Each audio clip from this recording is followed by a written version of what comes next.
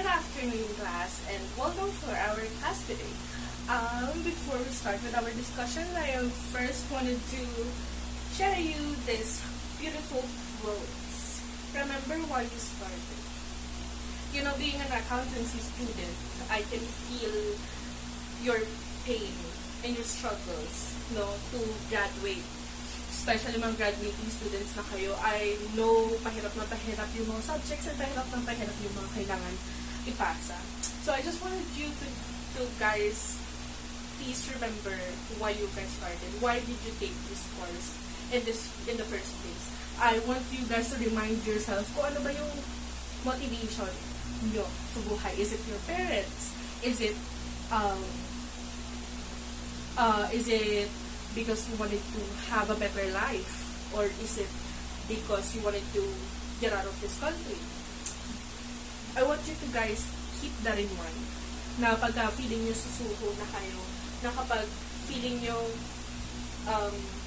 sobrang nahihirapan na kayo, you just wanna give up and shift, remember why you started. Remember why you are here in this course. Remember why you picked this course in the first place. Remember why you want to graduate. There, it could be your parents. It could be you want to have a big company someday. It could be you want a lot of expensive things. Yung gusto baka malukuhan ta and you wanna afford all of the things that you wanted.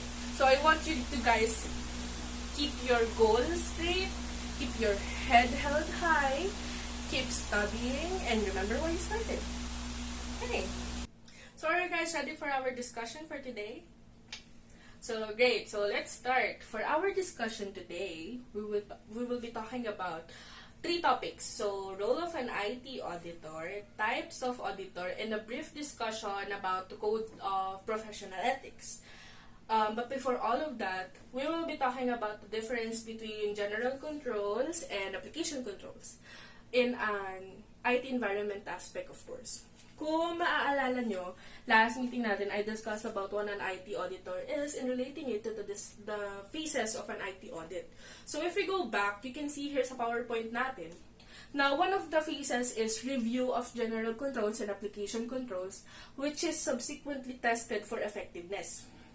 So, ano nga bang ang difference ng general and application controls? So last time, I already discussed this briefly. I'm just going to discuss this a little bit more in depth kasi connected to sa topic natin today.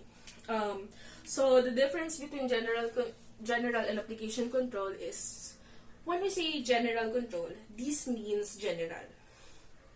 So when we say application controls, this is specific. So when we are talking about application controls, these controls are more into the transactional aspect of an IT environment. Ito na yung transactional processing. So when it comes to general controls, this is more of governing the design, the security, and the use of computer programs in general. So dito papasok yung design of IT infrastructures, if okay ba to, when we have new computer programs, how will it affect the organization as a whole? Will it affect the day-to-day transaction, and if it will be affecting a lot of processes? So how do we ensure that these designs are okay? There are proper securities in place to make sure that these will not become a hindrance to the organization. So that is general control. Moving to the application controls, this is specific when it comes to computerized applications. So this is the transactional side naman, which we will be learning about it later on. Okay? So do you guys follow? Any questions? Wala. Alright. Okay, moving on. Ito kasi yung mga magiging trabaho ng mga IT auditor. Aside from reviewing if the controls are okay, okay ba ang IT environment, are there policies in place, and nasusunod ba ito? Maayos ba ang pamamalakad kung sino man ang in charge? Are the controls effective? Any design deficiencies? Budget aspect, is this good for the organization? So basically, dyan umiikot ang trabaho ng isang IT auditor. Okay? Now, in terms of the role of an IT auditor, pwede kasi siyang maging IT counselor or maybe as part of the senior management or kaya naman investigator. Ang isang IT auditor, kung hindi man siya expert, he or she should be knowledgeable in terms of the IT environment and its practices. Na normally, in an organization, especially the huge organization ones, have a separate internal audit department. Ang IT auditor ay pwedeng maging part ng internal audit. Usually, ang mga IT auditors are different from IT personnel kasi there should be a proper separation of duties kasi baka magkaroon ng mga issues or mga problems. So, as an IT auditor, he and she can provide advices, recommendations, suggestions for the improvement of the practices of the IT environment.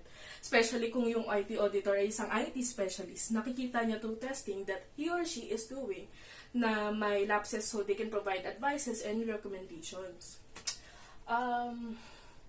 Now, when we see part of management, ito yung mga senior roles. Usually, they are the boss ng mga nasa staff level in a big organization, especially if they have gone through maturity through time and marami ng experiences yung organization and maganda yung development ng IT audit team in general.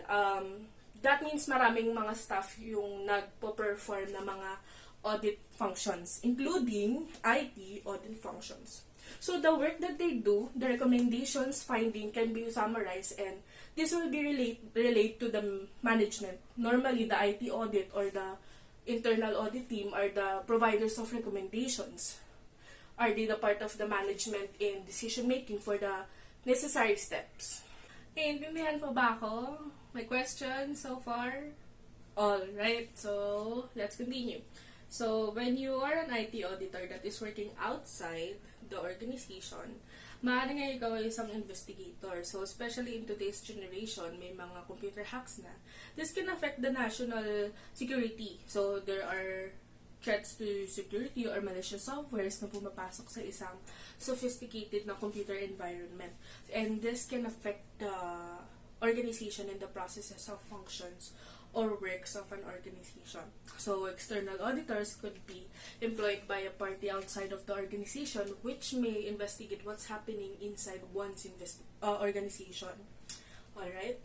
Clear? Now, in terms of the types of an auditor, they can be classified into two. So, internal and external. So, the difference is whether they are part of the company or not. And if they are part of the company, pinapasahod sila ng company, they are internal auditors because they are within the organization. They have separate department or they are reporting directly sa management. So that's internal. So when we say external auditors, they are the public accountants who conducts audits, reviews, and other work for his or her clients. So an external auditor is independent sa mga kliyente. So, gumagawa sila ng mga partial evaluation of the financial statements and systems of internal controls sa mga clients nila. Now, regardless kung internal or external auditor ka sa isang organization, you have to follow a proper code of professional ethics. You have to be objective, independent, and unbiased because the management will be relying on the report that you will be giving them later on. So after your procedures and findings that you find. So you have to follow some moral guides and professional ethics kasi kung wala kang ethics and professionalism, kung wala kang moral compass, paano ka paniniwalaan? Magkakaroon ng issues of trust. Remember that as an auditor, as part of the work that they do or we do, kailangan maaasahan ka. Wala kang pinapanigan, wala kang party na tinatabihan para maapektuhan yung ginagawa mo na report na pinoprovide mo later on. So remember, kayong mga future CPAs, once you pass the board exam and become a CPA, you have to follow a code of professional ethics. Yan. So, that's it for our discussion for today. So, did you guys learn something today? Meron naman. Kahit onte. Okay. Good. So, naiintindihan naman ako. Questions, clarifications, wala, sure. Any violent reactions?